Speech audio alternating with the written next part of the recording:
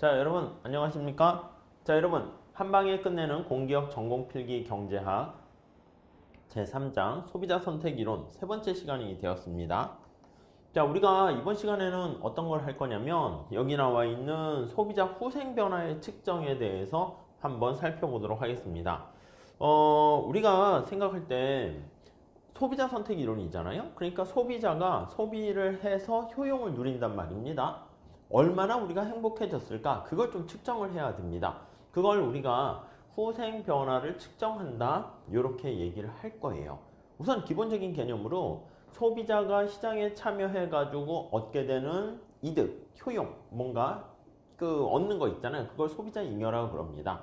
그래서 surplus라는 표현을 쓰게 되는데 시장에서 재화를 구입했어요. 이게 이제 소비를 하는 겁니다. 그럼 소비자 입장에서 자기가 지불하려고 하는 최대한의 금액이 있을 거 아닙니까? 나는 1,000원까지 줄 생각이 있었는데 실제 지불한 금액이 뭐 500원이다. 그러면 500원이나 자기가 생각한 것보다 싸게 물건을 구입했잖아요. 그걸 바로 우리는 소비자 잉여다라고 생각하시면 될 것 같습니다. 자, 그래서 시장에서 교환 행위를 통해 가지고요. 소비자의 효용이 얼마나 증가했는가를 파악하기 위한 개념이고요. 여기 나와 있는 것처럼 최대한 지불하려고 하는 의사를 나타내는 금액, 그거를 마음속에 품은 금액이다 해서 유보 금액, 유보 가격이라고 보시면 되겠습니다. 그리고 실제 지불한 금액 간의 그 차이가 바로 소비자 잉여 이렇게 보시면 되겠네요. 우리가 이제 지난 시간에 어떤 가격 효과에는 가격이 하락할 때 얘기하는 건데 대체 효과가 있고요. 소득 효과가 있잖아요. 근데 이 소득 효과라는 것은 사실 노이즈에 해당하는 거야. 뭐냐면 우리가 시장에 갔는데 가격으로 인한 순수한 효과는 상대적으로 싸져가지고 내가 선택을 이렇게 바뀐 그 효과를 얘기해야 되거든요. 그러니까 진짜 순수한 여기 나와 있는 대체 효과만 나타낸 그래서 그걸 우리가 보상 수요라고 합니다. 대체 효과만 나타낸 그 말은 뒤집어 얘기하면 소득 효과를 제거한 이렇게 보시면 되겠어요. 자, 그래서 이거는 대체 효과만 반영한 이 뜻이에요. 네, 요게 조금 이제 어려운 편에 속한다라고 말씀을 드렸죠. 우선 요 정도 봐주시면 될 것 같고요. 자, 그래서 우리가 여기 유보 가격과 최대 지불 의사 금액 이렇게 나와 있습니다. 자, 유보 가격이라는 것은요. 가격이 얼마가 되면 당신은 그 재화에 대한 수요를 안 하겠습니까? 그러니까 당신은 얼마까지 최대한 지불하려고 합니까? 이렇게 나와 있는 거예요. 자, 이게 우리가 앞서 말씀드린 것처럼 엄밀하게 표현을 하게 되면 소득 효과를 제거하고 대체 효과만 나타낸 주요 곡선 이렇게 되는 거예요. 디맨드 곡선인데 보상된 수요 곡선 해가지고 힉스 보상을 했다 해서 H 이렇게 많이 얘기합니다. 그래서 보상된 수요 곡선 이렇게 의미를 해놓고요. 자, 그러면 내가 재화를 첫 번째 하나 구입한다라고 할게요. 자, 그때 여기 나와 있는 이 높이가 무엇을 뜻합니까? 라고 하면은요. 높이가요. 이걸로 할게요. 이렇게 높이를 구할 수 있잖아요. 이게 바로 990원인데 내가 990원만큼 어떻게 보면 편익을 얻게 되는 것이고요. 990원까지 나는 돈을 지불할 생각이 있다. 이렇게 생각하시면 되겠어요. 자, 이게 소비자가 최대한 지불하려는 금액을 나타낸다 라고 생각하시면 되겠어요. 자, 그래서 만약에 이 사람이 Q0를 구입했다라고 할게요. 자, 그러면 여기 보세요. Q0까지 이렇게 구입을 했어요. 그러면 이 사람이 최대한 지불하려는 금액이 앞서 본 것처럼 여기까지 되는 거잖아. 재화가 하나, 둘, 셋, 넷 각각의 재화에 대해서 최대한 지불하려는 금액을 표현을 하면 여기 이 위에 있는 점들이 다 거기에 해당하는 거예요. 이렇게.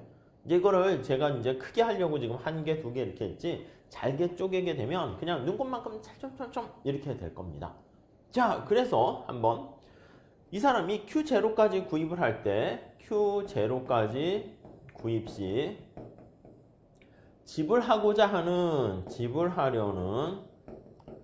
하려는이 한 게 아니라 하려는 총 금액은 바로 얼마가 됩니까? 라고 하면은 여기 나와 있는 것처럼 이게 바로 최대한 지불하려는 금액이다. 이렇게 보시면 되겠어요. 그냥 이걸로 할게요. 여기서부터 이거다 라고 보시면 되겠습니다. 이렇게요.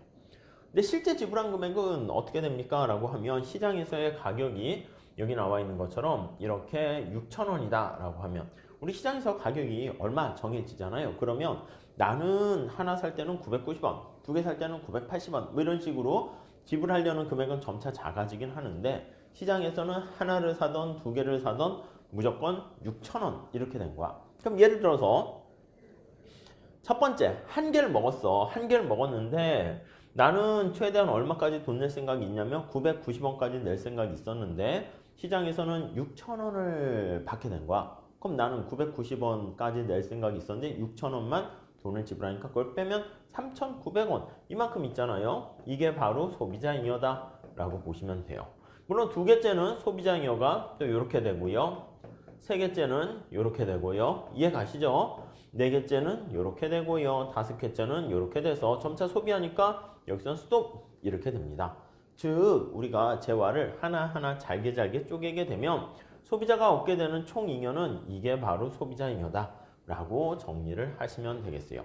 자, 그래서 Q0를 구입 시 지불하려는 총 금액에서 실제 지불한 금액을 빼주면요. 실제 지불액을 이렇게 빼주게 되면은 되셨죠? 자, 그러면 이때 우리가 최대한 지불하려고 하는 총 금액에서 실제 지불액을 빼주면 여기 나와 있는 만큼 요 A만큼을 얻게 되는데 이걸 바로 소비자 잉여다 이렇게 됩니다. 그래서 저기 위에 나와 있는 A만큼을 소비자 잉여다 라고 정리를 하시면 되겠어요.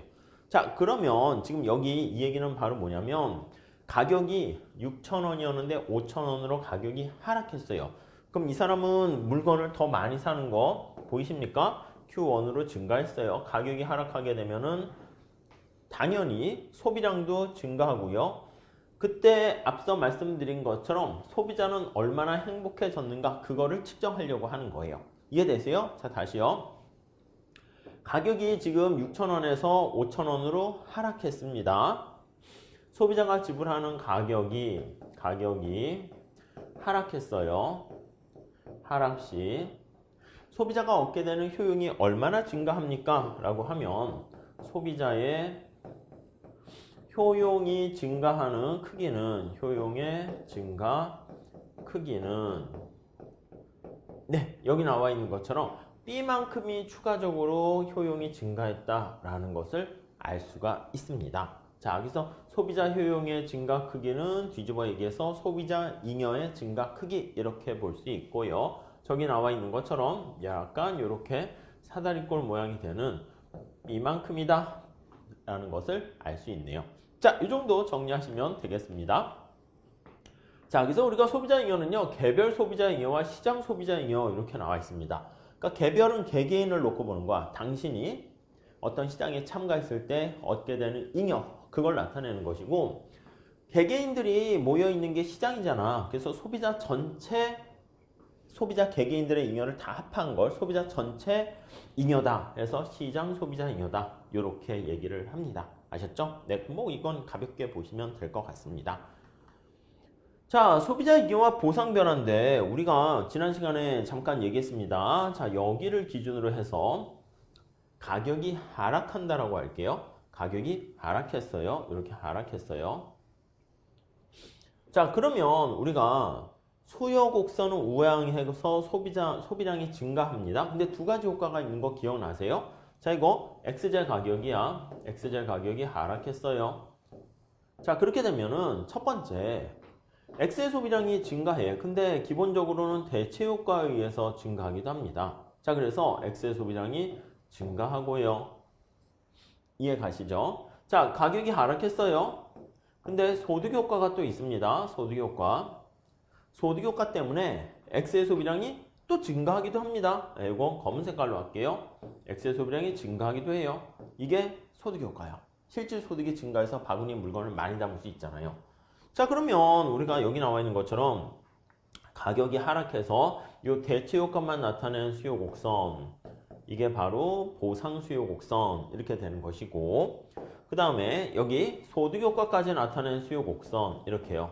그러니까 여기는 가격이 하락했을 때 소비량이 여기까지 증가하잖아요. 그래서 점점점점점 해서 여기까지 증가하게 되면 이게 보통 수요 곡선 이렇게 돼요. 자, 요거 두 개를 같이 포함한 그래서 X의 소비량이 증가했죠. 그러니까 더 많이 증가할 거야. 요거를 우리가 대체 효과, 소득 효과를 같이 고려한 그래서 가격이 하락했을 때 X의 소비량이 증가했는데 좀 많이 증가했겠죠? 그래서 이 무차별 곡선으로 하지 마시고 다이렉트리 보세요. 그래서 요거를 우리가 앞에 여기 나와 있는 보통이라는 말을 써요. 아니면 오디너리를 번역한 거예요. 오디너리.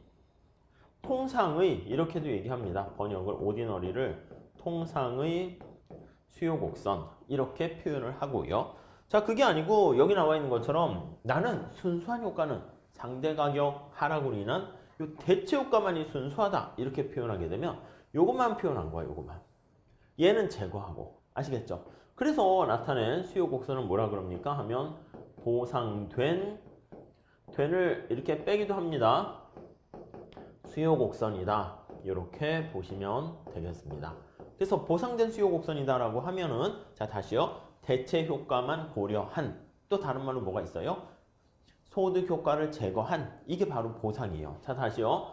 보상했다라는 표현이 뭐라고요? 보상했다라는 표현이 자 보상했다라는 표현은 지금 말씀드린 것처럼 얘는 소득 효과를 제거한 얘를 제거한 거야. 얘를 제거한 뭐만 남아요? 대체 효과만 고려한 아셨죠? 자 그래서 우리가 가격이 올라갈 때는 우선 하지 마세요. 하지 마세요. 이거 정도까지만 하면 충분해요. 가격이 내려갔을 때 한번 생각을 해볼게요. 자 그러면 지금 여기서 알 수 있는 것처럼 보상수요 곡선은 이렇게 기울기가 조금 더 가팔라요. 그리고 여기 소득 효과까지 고려한 통상의 수요 곡선은 기울기가 좀 완만해요.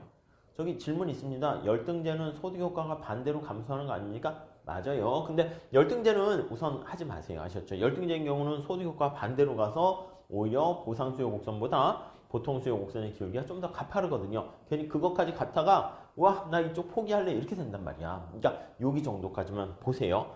그러니까 소득이 증가해서 실질 소득 증가로 액세 소비량이 증가하는 거는 정상제인 경우에 우리가 아무 얘기 안 하면 정상제를 기본으로 봐주세요. 자 그렇게 됐을 때 여기 나와 있는 것처럼 소비자 잉여가 얼마나 증가합니까 하면은 이만큼 증가하게 돼요. 이게 노란 색깔로 표현되어 있는 거 A만큼이다 라는 거 알 수가 있어요. 이해가시죠? 자 그런데 여기에 소득 효과가 더 들어갔어. 그러니까 통상적인 오디너리 수요 곡선은 여기에 A만 있는 게 아니라 요 B까지 이렇게 포함되어 있다는 것을 우리가 알 수가 있어요.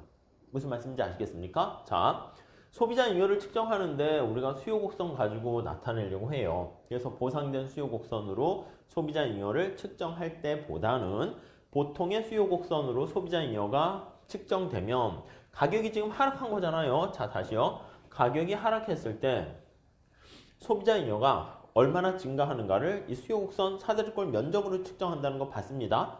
근데 보상 수요 곡선을 측정하는 것보다 보통 수요 곡선으로 측정하는 게 훨씬 더 소비자 잉여는 커진다. 이렇게 보시면 되겠습니다. 아셨죠? 이렇게 봐주시면 되겠습니다. 자, 우리 보상 변화와 동등 변화라는 개념을 조금 한번 여기 더 살펴보려고 합니다. 우선 첫 번째, 보상 수요 곡선은 여기 이렇게 나와 있는 것처럼 우아형은 수요 곡선을 도출을 했습니다. 이해 가십니까? 자, 그랬을 때 소비자 잉여가 얼마나 증가합니까? 라고 하면은 여기 A만큼 이렇게 증가한다는 것을 우리가 확인할 수가 있어요. 네, 아셨죠?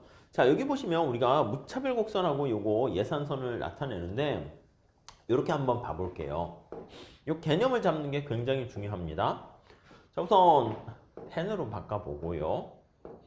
자, 우선 어떤 걸 얘기하려고 하냐면 여러분 옛날보다 우리 지금의 삶이 더 행복해졌을까요? 슬퍼졌을까요? 이거 어떻게 측정할까요? 그래서 우리가 before 옛날 상황이야. after 새로운 상황이 왔습니다.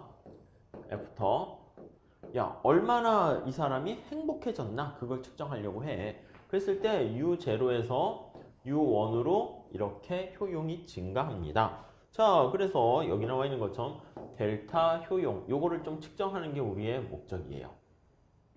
아시겠죠? 자 한번 밑에 간단한 아이디어와 그림 내용을 한번 봐볼게요. 자 우리가 지난 시간에 여기가 x제라고 하고 x의 가격 여기 y라고 할게요. 우선 다이렉틀리 여기 x 다시 씁시다. 여기가 x라고 하고 y라고 합시다. 이해가시죠? 자, 이런 상황인데 예산선이 이렇게 있었어요. 그때 이 사람이 효용의 크기가 얼마입니까 하면 효용의 크기가 후생을 이렇게 누리고 있었어요. 여기를 누리고 있었다 합시다. u0. 네, 이해되셨죠? 자, 그런데 x의 가격이 하락한 거야. x의 가격만 하락한 거예요. 얘가 p1으로 하락한 거야. 얘는 뭐라고요? 얘는 옛날의 가격이니까 p0라고 할게요. 가격이 하락했어. 자, 가격 하락으로 이 사람이 행복이 증가한단 말이야. 그래서 후생이 여기서부터 이렇게 증가했어요. u1으로 효용이 증가했어. 이거 A라고 할게요. B로 이렇게 선택점이 바뀌면서 효용이 증가했습니다. 자, 여기 있는 거 다시 한번 쓰면 XJ만 가격이 하락했어. XJ 가격 하락으로 효용이 증가합니다. 효용이 증가해요. 증가시 얼마나 증가했냐 이거요. 얼마나 증가했나 크기를 측정하려고 하는 거예요. 그러면 U0와 U1의 차이를 보면 되는 거잖아. 근데 이 효용이라는 게 우리가 주관적이란 말이에요. 그래서 이 효용이라는 걸 측정하기가 어려운 거예요. 그래서 측정이 곤란해요. 아니 그러면 측정이 어려운데 어떻게 쉽게 측정할 수 있는 방법 없을까? 완벽한 건 아닌데 돈으로 표현하면 어떻게 되겠니? 이거야. 여러분들이 원하는 공기업에 취업했어. 어떤 자격증을 얻거나 어떤 회사에 들어갔습니다. 막 기쁘십니까? 예, 합격해서 기쁩니다. 얼마나 기쁘시죠? 돈으로 표현하는 거야. 만약에 돈으로 표현하면 예산선이 얼마나 이동했는가를 가지고 표현할 수 있어요. 자, 그래서 우리가 첫 번째 판단할 수 있는 것은 바로 뭐냐면 여기요. 뉴 예산선을 가지고 이제 살펴보는 거야. 그래서 이전과 동일한 효용을 주게끔 이렇게 선택을 하게 되면 이게 이제 우리 보상한다는 표현을 썼어요. 그러면 예산선이 요거잖아. 예산선이 이거랑 이거를 비교하면 예산선이 이만큼 더 증가하는 거 이해되세요? 그러니까 y제로 표현하면 y제가 여기서부터 이만큼 더 증가하는 거예요. 이만큼. 예산선이 밖으로 간 거잖아. 그래서 이렇게 new 예산선 가지고 이전과 이후의 효용을 변화하는 것을 우리가 보상 변화다 이렇게 얘기합니다. 네, compensation이라는 말을 써요. 보상 변화의 크기 이렇게 됩니다. 네, 아시겠어요? 그래서 CV 이렇게 써요. 저기 질문이 있습니다. 저기요, 효용이 증가한 건 알겠는데 옛날 예산선을 기준으로 측정하지 말고요. 여기 이전의 예산선을 기준으로 측정할 수도 있지 않습니까? 맞아요. 그래가지고 우리가 사용하는 게 바로 뭐냐면 요거요. 요걸 가지고 이제 측정하는 거야. 여기 보시면 이전의 예산선 있잖아요. 요걸 기준으로 측정을 해. 그래서 우리의 관심사는 효용이 얼마나 증가했는가인데 요걸 기준으로 해서 효용이 얼마나 증가했는가 요렇게도 측정을 할 수가 있게 됩니다. 네, 이해되십니까? 네. 그래서 여기서부터 예산선이 여기서부터 이만큼 간 걸로 측정을 하는 거야. 약간 다르잖아, 기준이. 아니 여러분들이 시험에 붙기 전에 합격하기 전에 시각으로 봤을 때 나는 합격하면 얼마나 좋겠어. 이렇게 행복의 크기를 측정할 수도 있고 시간이 있잖아. 두 개 시점이 있으니까 시간이 지난 다음에 내가 지금 시점에서 봤더니 합격하기 전에 나의 모습과 지금 모습과 내가 얼마나 행복해졌어. 이렇게 측정할 수 있는 것이죠. 그래서 요 크기 여기서 보면 이게 위로 가네. 이렇게 돼서 요 크기만큼 이렇게 우리가 간격을 우리가 측정할 수 있는데 이거를 올드 예산선 가지고 우리가 효용이 얼마나 변화했는가를 나타내고 이 좀 어려워요. 그래서 이거를 뭐라고 하냐면 동등 또는 이퀴밸런트라는 말을 써요. 대등 변화의 크기다. 이렇게 표현을 하게 됩니다. 네, 아시겠습니까? 그래서 이거 잠깐 볼게요. 여기 나와 있는 것처럼 A에서 B로 가서 C로 갔어. 그래서 이게 효용이 증가했습니다. UA에서 UC로 증가했는데 그때 지금 말씀드린 것처럼 new 예산선이잖아. 요거 보이세요? 요거 색깔 좀 바꿀게요. 요 파랑이니까 파랑으로 하면 되겠네. 요거 있잖아. 요걸로 표현해서 나타내게 되는 것을 우리가 요 크기를 보상 변화다 이렇게 얘기를 하고요. 그래서 보상 변화는 조세를 부과한 다음에 아니면 여기서는 지금 조세를 부과했어요. 그래가지고 우리가 슬퍼졌어. 효용을 달성하기 위해서 최소한 얼마만큼의 소득을 보상을 해줘야 되는가 그걸 나타내요. 앞에 거랑 좀 차이가 있어요. 여기 다시 볼게요. 이거는 지금 가격이 하락했을 때 이렇게 얘기를 한 거고요. 무슨 말씀인지 아시겠습니까? 자, 하나만 더 볼게요. 만약에 조세를 부과했다라고 하면은 조세를 부과하게 되면 텍스를 부과시 자, 그러면 X의 가격이 비싸진단 말이에요. 그러면 X의 가격이 상승해요. X제에다가 세금을 때리니까. 자, 그러면 이때는 예산선이 어떻게 변합니까? 라고 하면 아까는 반대로 이렇게 변하는 거예요. X랑 Y가 있으면 예산선이 이렇게 있다가 X의 가격이 비싸지는 겁니다. 이렇게 비싸지는 거야. 그 후생이 이때는 감소하는 겁니다. 무슨 말씀인지 아시겠어요? 그래서 후생이 무차별곡선이 이렇게 있다가 U0라고 할게요. 새로운 점으로 이렇게 간 거예요. U1으로 됐어요. 후생이 이렇게 해서 감소하겠죠. 후생이 감소한단 말이야. 얼마나 후생이 감소했니? 이렇게 나타내면 여기서부터 이렇게 되는 것을 알 수가 있습니다. 자, 그랬을 때 우리가 앞서 본 것처럼 뉴 예산선을 기준으로 해서 얘가 뉴 예산선이잖아. 이게 이제 여기서는 이게 P1이야. 뉴 예산선을 기준으로 해서 여기서부터 이만큼 얼마나 효용이 변화했습니까? 이렇게 나타낸다라고 하면은 요 차이만큼을 우리가 보상 변화다. 근데 우리가 수직축에 있는 걸 이제 소득이라고 표현을 해요. X 이외에 나머지니까. 그래서 이 높이를 측정하게 되면 이게 바로 여기서는 보상 변화다. 이렇게 보시면 되겠습니다. 헷갈려요. 뭐 헷갈릴 건 아니고요. 앞에 거는 제가 뭘 말씀드린 거냐면 가격이 하락했을 때 그래서 예산선이 이렇게 검은 색깔로 있다가 빨간 색깔로 변했잖아요. 얘가 뉴 예산선이 되는 거고요. 그리고 여기서는 가격이 상승했을 때 그래서 가격이 비싸지게 돼서 요거를 뉴 예산선이다. 이렇게 보시면 되겠습니다. 그래서 여기 나와 있는 것도 마찬가지야. 그래가지고 그걸 보셔야 돼. 그래서 뭐 조세를 부과할 수도 있고 여기서는 가격이 상승한 거죠. 소비자 효용이 감소한 거예요. 근데 여기서는 지금 하락한 걸로 지금 제가 얘기를 하려고 하는 거야. 요거는 가격이 하락시 이렇게 왜냐면 왼쪽 그림에 맞춰야 되니까 이렇게 하락했을 때 이 A의 면적이 있잖아요. A의 면적이 소비자 잉여의 변화인데 가격이 하락시 여기 보시면 UA랑 UC 요 차이 있잖아. 요거 요 효용의 차이를 여기 무차별 곡선으로 표현하게 되는 겁니다. 아셨죠? 이 정도까지만 해두세요. 나중에 좀 뭐 상황 봐가지고 심화로 좀 더 다룰 기회가 있을 수도 있겠습니다. 자, 그 다음에 이제 우리가 그 무차별 곡선과 한계 효용 이론과의 관계에 나와 있는데 기본적으로 무차별 곡선이라는 것은요 두 제와 x제랑 y제를 같이 고려하는 거예요. 그래서 x제와 y제를 모두 고려하는 거예요. 모두 고려시. 자, 그리고 한계 효용이다 이렇게 표현을 하게 되면 이 한계 효용은 뭐 x제 하나만 고려시 뭐 이런 거야. x제 하나만 또는 y제 하나만 고려시 이렇게 보시면 될 것 같습니다. 아셨죠? 자, 이랬을 때 무차별 곡선의 장점은 뭐가 있습니까? 라고 하면요. 우리가 한계 효용은 x제 하나만 고려하고 기본적으로 한계 효용 합파라는 게 효용을 측정할 수 있다라는 그걸 기반으로 깔아요. 기수적 효용을 전제로 한다. 이렇게 보시면 될 것 같고요.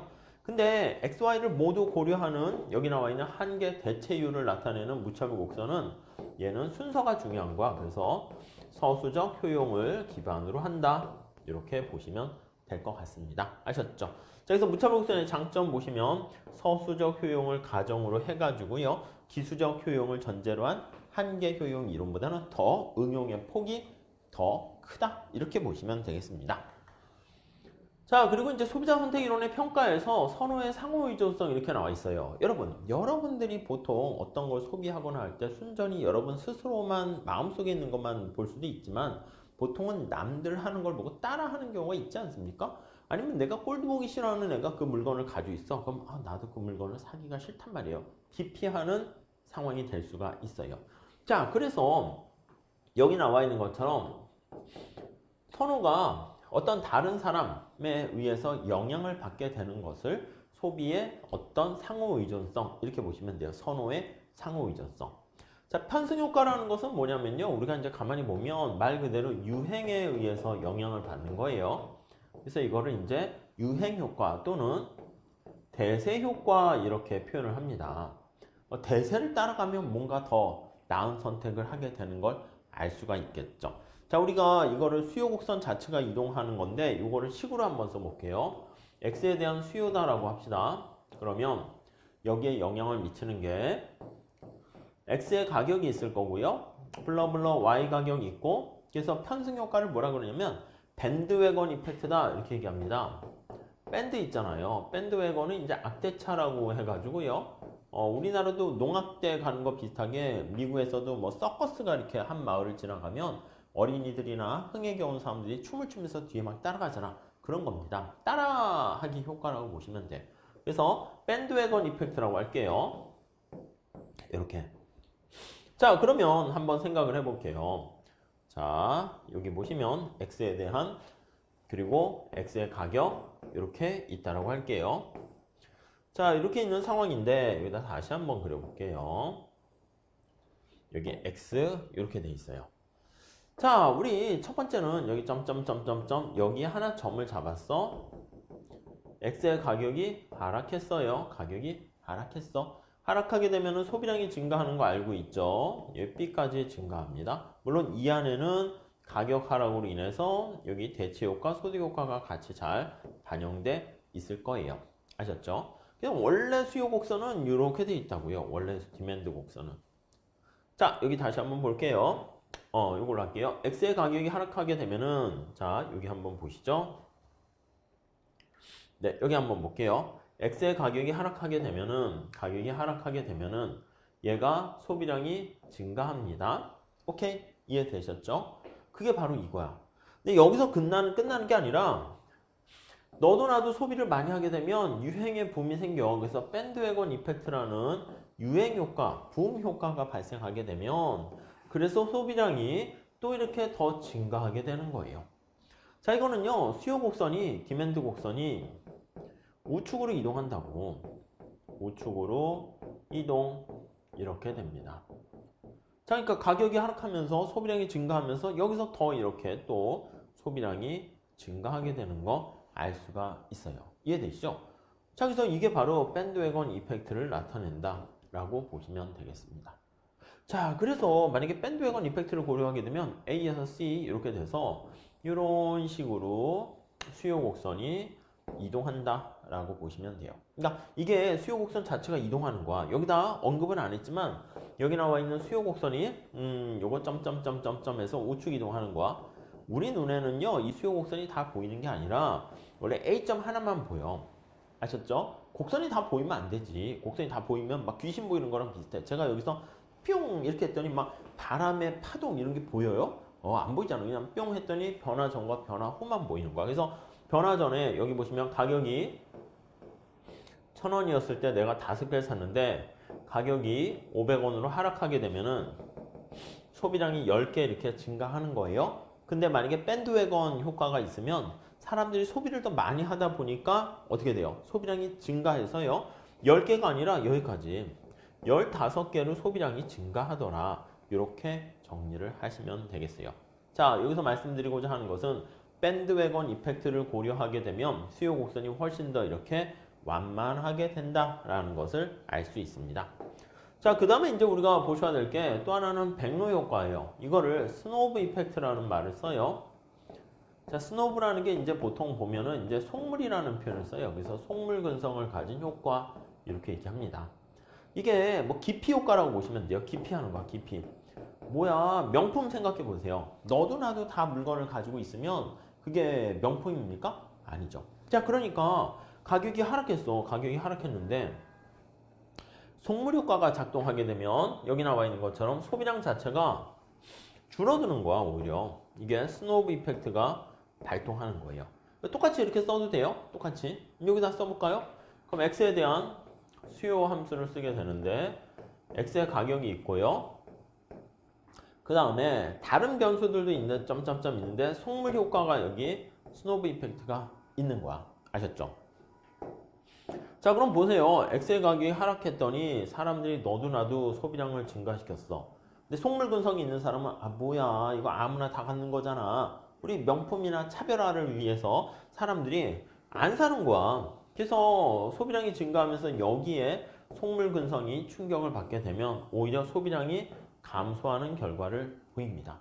그러니까 여기 나와 있는 것처럼 빨간 색깔로 속물근성에 의해서 여기 나와 있는 것처럼 이렇게 감소하는 효과가 발생하니까 여기 C가 아니라 D점으로 이렇게 가게 되는 거야. 그럼 이때 수요 곡선은 어떻게 됩니까? 맞아요. 수요 곡선이 여기서 요걸 연결한 이렇게 좀 더 가파른 수요 곡선이 된다라는 것을 우리가 확인할 수가 있겠습니다. 아셨죠? 그래서 이거는 D 프라임 이렇게 할게요. 자, 그러면 이게 우리가 이걸 시험에 딱 물어보는 것보다는 요걸 응용해 가지고 편승 효과랑 백루 효과가 존재할 경우에 그때 이 수요 곡선이 어떻게 생겼는가 그거를 파악하는 게 요 파트에서의 상호 의존성을 고려한 선호 수요 곡선이다 라고 보시면 되겠습니다. 자, 베블렌 효과도 마찬가지야. 베블렌 효과는 뭐냐면 이렇게 보시면 돼. 속물근성이 너무 심해지는 거야. 그래서 극심한 속물근성 이렇게 한번 생각해 보세요. 극심한 속물근성. 그러니까 무슨 말씀이냐면 가격이 떨어졌는데 여기 보시면 속물근성 때문에 소비량이 감소하는데 이게 엄청나게 많이 감소하는 거야. 그래서 너무 많이 감소하면 어떻게 돼? 속물근성이 너무 크게 되면 여기 한번 볼게요. 속물근성이 너무 커지게 돼서 이걸 할게요. 여기서부터 이만큼까지 속물근성이 감소하는 거야. 그러니까 우리 눈에는 어떤 게 보이냐면 A와 요 A점과 요 점이 보이는 거야. 요 점. 이해 가십니까? 자, 그러면 이 속물근성이 너무 세가지고요. 오히려 가격이 하락했는데 소비량이 감소하고 가격이 상승했는데 소비량이 증가하게 되는 그런 상황을요. 우리가 여기서부터 이렇게 되는 수요 곡선을 우리가 찾아낼 수 있는데 이러한 수요 곡선을 베블렌 수요 곡선이다. 이렇게 보시면 되겠습니다. 아셨죠? 네, 이렇게 정리해 주시면 되겠고요. 자, 그 다음 이제 우리가 보셔야 될 게 뭐가 있습니까? 라고 하면요. 정부가 가난한 사람을 도와주는 사회복지 정책에 대한 얘기를 해보려고 해요.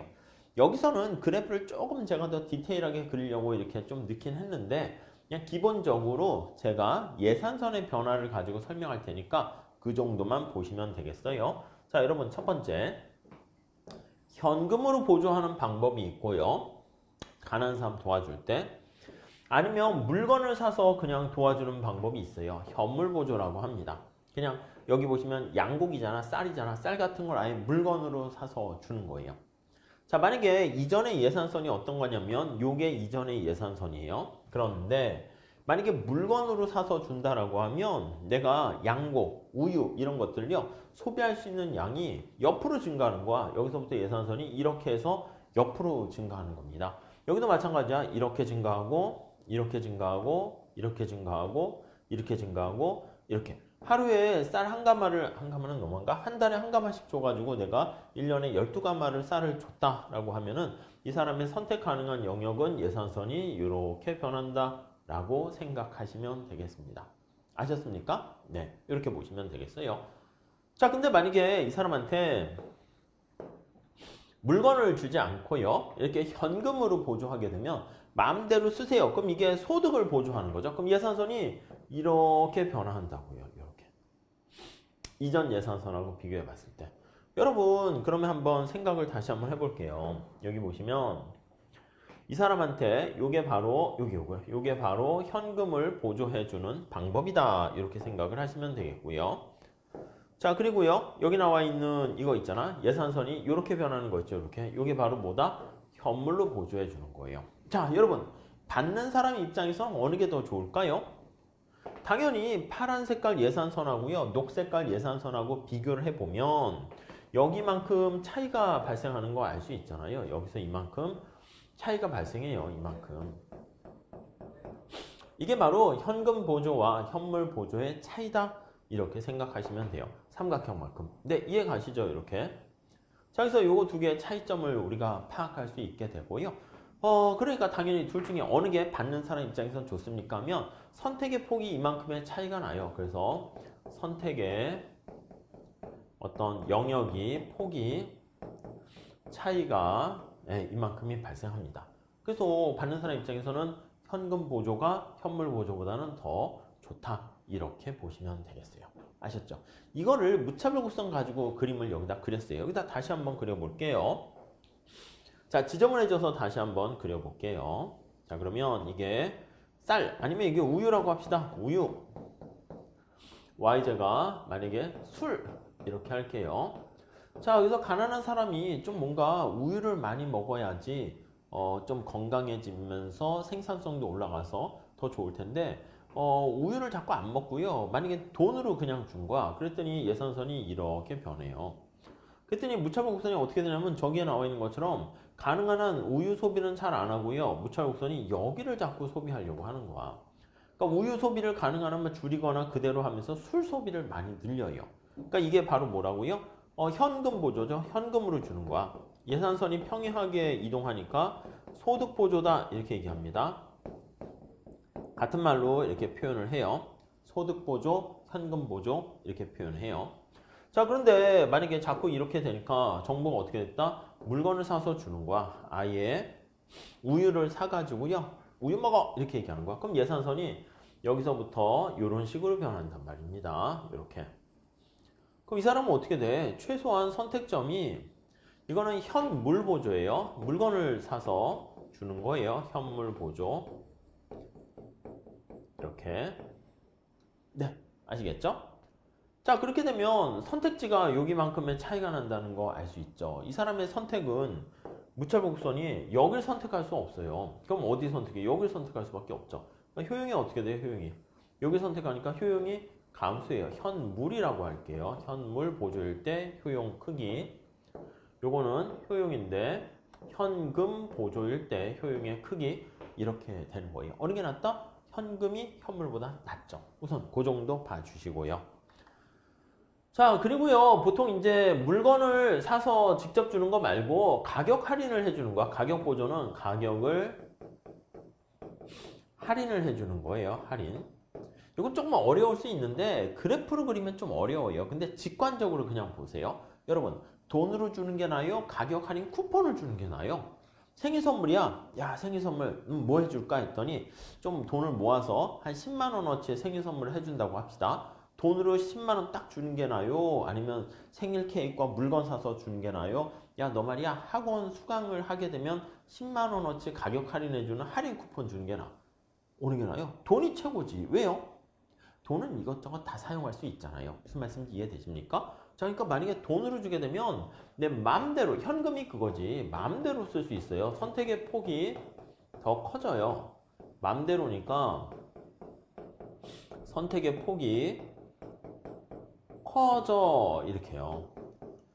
가격 할인은 그렇지 않습니까? 그것도 맞아. 근데 X제, 양곡, 쌀 가격, 우유 가격을 할인해주는 그런 가격 할인을 해줬기 때문에 선택의 폭은 커지지만 선택을 왜곡시켜요. 할인 상품이 되는, 할인을 해주는, 할인 대상이 되는 대상이 여기서는 X제예요. X제 소비가 증가시 네, 혜택이 커집니다. 이해 가십니까? 혜택이 더 커. 이렇게 돼요. 자, 다시 한번 봐볼게요. 자, 우리가 여기 나와 있는 현금 보조인 경우에는 우리 앞서 본 것처럼 예산선이 이렇게 있다가 이렇게 있어요. 이해 가시죠? 자, 이렇게 해서 X, 여기 보시면 Y 이렇게 있어요. 자, 근데 만약에 가격을 할인해 준다라고 하면은 예산선이 이렇게 있다가 같은 금액을 할인해 줘야 됩니다. 그래서 그게 이제 같은 금액의 크기를 표현하려고 여기에 표현했는데 조금 약간 이건 어려울 수 있어. 근데 우리가 객관식이라든가 이런 거 할 때는요, 요 내용만 보셔도 문제 푸는데 지장은 없어요. 자, 그래서 여기서부터 이런 식으로 되는 게 가격 할인 혜택이야. 내가 만약에 Y제는 가격 할인 혜택이 없어. 그러면 여기를 선택하면 혜택을 전혀 볼 수가 없습니다. 자, 그래서 다시 한번 보시면 지금 가격 할인을 해줬는데 X제만 가격 할인했다니까? 그러니까 여기는요, 예산선이 이전과 동일해. 그래서 혜택이 없어. 이렇게 된다고요. 혜택이 없어. 그리고 X제를 많이 사잖아요. 그럼 혜택이 어떻게 돼? 혜택이 커져. 지금 얘기한 것처럼 이렇게. 그러니까 X제 소비량이 증가하면 혜택이 더 커진다는 거 알 수가 있습니다. 이렇게요. 네, 이해되시죠? 근데 만약에 우리가 돈으로 줬어. 그럼 돈으로 주면 X를 많이 사던 조금 사던 어떻게 돼요? 혜택은 비슷해요. 이해가십니까? 자, 그러니까 얘는요. 가격 할인 혜택을 하면 내가 X제를 별로 싫어해요. 우유를 별로 좋아하지 않는데 혜택을 많이 받기 위해서는 X 소비를 많이 해야 돼. 그래서 X제 소비를 증가시키는 효과가 발생합니다. 촉진하는 효과가 있어요. 더 많이. 이 증가보다는 촉진이라는 말을 쓸까요? 그러니까 뭐 현금 보조도 증가하긴 증가하니까 그래서 촉진합니다. 근데 문제는 뭐냐면 나 X제 싫어하는데 강제로 사야지 혜택이 커져. 그렇기 때문에 나의 어떤 선호라고 할까? 선호를 왜곡하게 되는 결과를 초래한다 라고 보시면 돼요. 여기서 어떻게 돼? 내가 X제를 많이 사던 적게 사던 상관없이 이렇게 혜택이 동일해요. 자, 여기다 정리할게요. 이거는 X제 구입량과 상관없이 혜택은 동일하다 이렇게 보시면 될 것 같습니다. 네, 이해하시겠습니까? 네, 그렇게 봐주시면 되겠어요. 자, 그래서 우리가 이렇게 정리를 할 수 있어요. 무슨 말씀이냐면 현금 보조와 가격 보조 입장에서는요. 동일한 금액을 보조해 준다라고 하면 이 동일한 금액을 이걸 맞추는 거야. 요 높이 길이가 보조의 혜택의 크기거든요. 아니면 수평으로 맞춰도 되고. 근데 X의 가격이 이렇게 하락했을 때 효용이 U1이야. 지금 보시면 예산선이 여기 보이세요? 형광으로 해서 한번 봅시다. 예산선이 녹색깔로 이렇게 되어 있는 거야. 이렇게 되어 있을 때 X의 소비를 내가 더 촉진되긴 하지만 이랬을 때 효용이 U 여기 보시면 1이 되고요. 근데 그게 아니라 그냥 소득으로 보조해 주는 거야. 현금으로 보조해 주면 예산선이 이렇게 가면 되니까 이렇게 가게 되면 내가 여기 나와 있는 것처럼 여기 이 툴을 선택하게 되면 효용이 더 증가하는 것을 알 수가 있어요. 무슨 말씀인지 아시겠죠? 그래서 이 그림은 좀 어려운 편에 속합니다. 가장 어려워요. 이 파트가. 근데 직관적으로 판단하는 거는 뭐 쉽게 파악할 수가 있어요. 그래서 가격 보조는 왜 합니까? X제 소비를 촉진하는 효과가 있다라는 거. 근데 선호를 왜곡하기 때문에 디스토션을 하기 때문에 둘 중에 어느 게 더 좋습니까? 라고 하면 여기 나와 있는 돈으로 주는 게 훨씬 더 좋다. 이렇게 보시면 되겠습니다. 자, 이렇게 정리하시고요. 이것도 조세와 소비자 후생인데 약간 좀 어려울 수 있습니다. 그래서 기본적으로 좀 봐주세요. 정액세는 뭐냐면 우리가 세금을 그냥 소득 보조랑 똑같아요. 그래서 예산선이 이렇게 있다가 정액세를 부과하게 되면 그림으로만 표현을 할게요. 아셨죠? 예산선이 이렇게 있다가 정액세를 부과하게 되면 예산선이 이렇게 변하는 거예요. 자, 그런데 정액세가 아니라 여기 나와 있는 소비세를 부과했어요. 이건 앞에서 얘기했던 보조의 방식의 반대라고 생각하시면 돼요. 소비세를 부과하게 되면 가격이 비싸지게 되는 거예요. 그래서 예산선이 원래 이렇게 있다가 예산선이 안쪽으로 이동해서 이렇게 가게 된다라고 보시면 되겠습니다. 아셨죠? 자, 다시요. 자, 여기 보시면 이제 정액세를 부과하면 예산선이 평행하게 이동하는 거야. 이게 바로 정액세 이렇게 보시면 될 것 같고, 그리고 이게 아니라 여기 나와 있는 것처럼 소비세다 그럼 예산선이 여기서부터 이렇게 꺾여지는 거예요. 이렇게. 무슨 말씀인지 아시겠죠? 앞에서 했던 거랑 똑같아. 만약에 내가 X제만 지금 소비세 세금을 때리는 거예요. X제 구입에만 텍스를 부과했다. 이렇게 보시면 될 것 같습니다.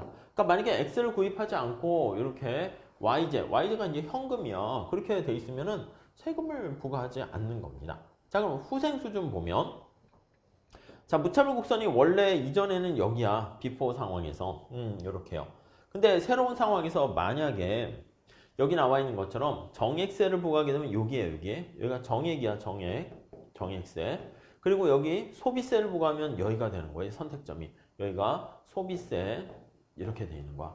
자, 무차복선 어떻게 됩니까? 여기를 선택하는 게 정X일 때가 효용이 어떻게 돼? 훨씬 더 나은 거죠. 그러니까 받는 사람 입장에서 세금 내는 사람 입장에서 보면은요. 어떤 방식이 이제 세금의 어떤 피해자 입장에서 더 바람직합니까? 하면은 역시 정액세. 자, 공통점 뭡니까? 라고 하면 예산선의 기울기가 시장의 가격이거든요. 그래서 예산선의 기울기가 시장의 가격인데 기울기의 변화가 없는 경우가 더욱 바람직하다 이렇게 생각을 하시면 될 것 같습니다. 네, 무슨 말씀인지 아시겠죠? 그렇게 정리해 주시면 충분합니다. 자, 그 다음에 소득과 여가의 선택과 관련된 노동 공급 곡선 이렇게 나와 있는데 요거는요 대치효과 소득효과와 관련된 얘기인데 여러분들이 여기서 하면 조금 힘들 수는 있을 것 같아요. 그래서 우리가 뒤에 생산 요소 시장에서 다시 한번 좀 설명을 할 텐데 직관적으로 한번 먼저 생각을 해 볼게요. 자, 우선 첫 번째 소득을 즐길 것인가 아니면은 여가를 즐길 것인가 그걸 선택하는 사람 입장에서 한번 생각을 해 보도록 하겠습니다. 자, 그랬을 때요 우선 직관적으로 보면은 이렇게 생각할 수 있어요. 여기다 한번 설명을 해 볼게요. 자, 이 사람이 만약에 시장에서의 노동을 할까 말까 지금 생각하는데 그걸 이제 노동의 공급이다 이렇게 얘기를 할 수 있겠죠. 자, 임금이 만약에 올라갔다라고 할게요. 자, 그랬을 때 당연히 사람들은 일을 더 많이 해요. 자, 그런데 이게 어떤 영향을 미칠까를 보면 첫 번째 우리 가격이 변하는 거거든요. 그래서 대체효과, 소득효과 이렇게 나눠서 봐야 돼요. 수식으로 하는 거는 다음 시간에 좀 말씀드릴 거예요. 그래서 임금이 이렇게 상승을 하는데 자, 그랬을 때요. 첫 번째는 여러분 어떻게 돼요? 시간당 임금이 10,000원이었는데 10만 원으로 올려준다 합시다. 근데 내가 일을 안 해봐. 그럼 여가를 즐긴다 해봐요. 그럼 여가 어떻게 돼? 비싼 여가 아니겠습니까? 자, 그래서 머릿속에는요. 임금이 여가의 가격이다. 이렇게 먼저 생각을 해두세요. 그래서 여가에 대한 가격이 프라이스가 비싸지는 거야. 자, 그럼 우리가 어떤 선택을 합니까? 하면은요. 여가의 가격이 비싸졌으니까 여가에 대한 소비량은 감소해야 된다라는 것을 알 수 있어요. 자, 우리가 24시간을 가지고요. 어떻게 씁니까? 라고 하면 노동을 해서 일을 하거나 아니면 여가를 즐긴다라고 할게요. 그러니까 여가는 노동하지 않은 나머지 시간을 여가다 이렇게 보시면 돼요. 자, 그러면 다시요. 임금이 올라가게 되면 여가의 가격이 비싸지게 되는 거예요. 임금 이꼴 여가의 가격이라고 보시면 돼요. 그럼 여가의 소비량이 줄고 노동이 증가한다라는 거 알 수가 있습니다. 이게 무슨 효과다? 이게 바로 우리는 대체 효과다 이렇게 얘기를 할 거예요. 아시겠습니까? 자, 근데 이것만 있는 게 아니라 우리가 또 다른 효과가 있어요. 여러분 생각해봐. 시간당 10,000원을 줘. 그럼 내가 10시간 일을 하게 되면은 10만 원을 버는 거잖아요. 근데 시간당 5만 원을 준다 합시다. 그러면 내가 2시간만 일을 해도 10만 원을 번다고. 그러니까 내가 똑같은 시간을 일을 해도요. 얻는 이득이 훨씬 더 커져. 그게 바로 실질 소득이 증가한다. 이렇게 보시면 돼요. 자, 다시요. 시간당 여러분들이 100만 원을 받는다. 어디 강연을 갔더니 시간당 100만 원을 준대. 그럼 뭐야? 그러면 이제 조금 일해도 되는 거잖아. 그러니까 그만큼 실질 소득이나 구매력이 증가했다. 이렇게 보시면 돼요. 그래서 임금의 상승은 어떤 의미가 있습니까? 하면은 여가의 가격을 비싸게 만드는 대체 효과가 있고요. 실질 소득을 증가시킨다. 이런 소득 효과가 있어요. 실질 소득이 증가해요. 자, 상식적으로 좀 천천히 생각을 해보세요. 이거 안 그러면 이게 되게 어려워요.